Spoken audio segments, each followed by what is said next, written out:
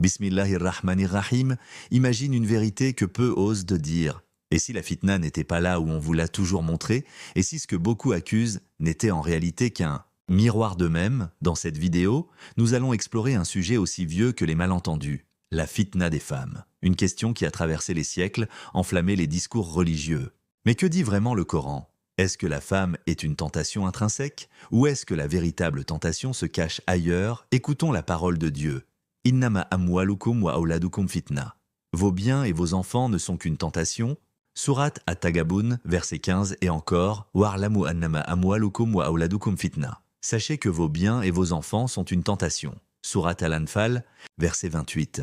Nulle part, Allah ne dit, vos femmes sont une fitna. Nulle part, il ne désigne la femme comme source principale d'égarement. Alors, pourquoi ce mensonge est-il répété sans cesse?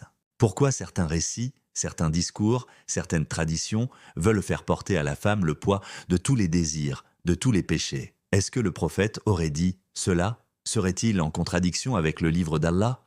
Non, car Dieu dit وَيَسْتَفْتُونَكَ فِي النِّسَاءِ قُلِ اللَّهُ يُفْتِكُمْ فِيهِنَّ. Ils te consultent au sujet des femmes. Dis, c'est Allah qui vous en donne le verdict.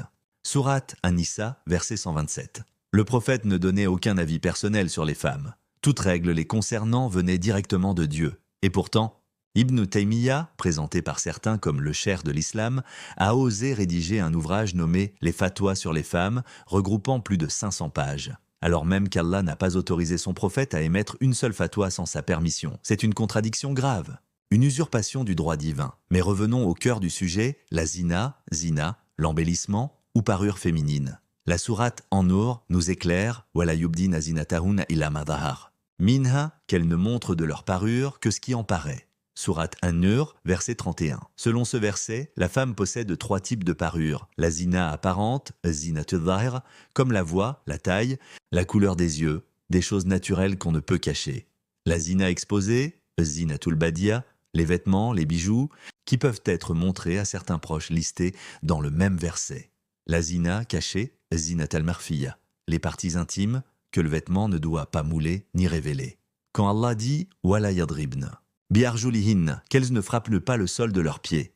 Il ne parle pas de bruit, mais de pression, de vêtements trop serrés qui dessinent les formes. Preuve, le mot « frapper » est utilisé ailleurs dans ce sens, fadarabna ala adhanihim. Alors, nous avons exercé une pression sur leurs oreilles. Sourate Al-Kahf, verset 11. Ici, frapper, appuyer fortement, pas faire du bruit. Ainsi, porter un pantalon moulant n'est pas une fitna, mais une contradiction avec le verset. Maintenant, posons-nous la vraie question. Est-ce que libérer les femmes des accusations infondées résoudra tous les maux de la société? Bien sûr que non. Le problème n'est pas la femme, le problème est l'âme qui accuse au lieu de se purifier. Wa nafsin wa ma sawaha.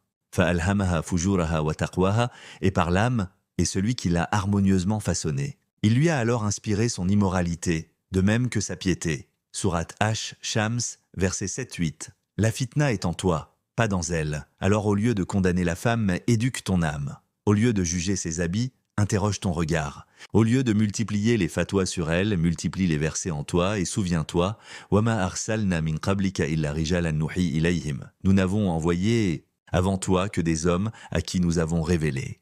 Sourate An-Nahl, verset 43. Pas des hommes pour inventer, mais pour transmettre. Et la vérité révélée, c'est que la fitna n'est pas dans les femmes. Elle est dans les biens, les enfants, les passions, l'ego, le pouvoir, la jalousie, l'orgueil, pas dans les femmes. Alors, partage cette vérité, qu'Allah t'accorde la lucidité et la sincérité, et qu'il élève ta vision au-dessus des illusions. Wassalamu alaykum wa rahmatulillah wa barakatuhu.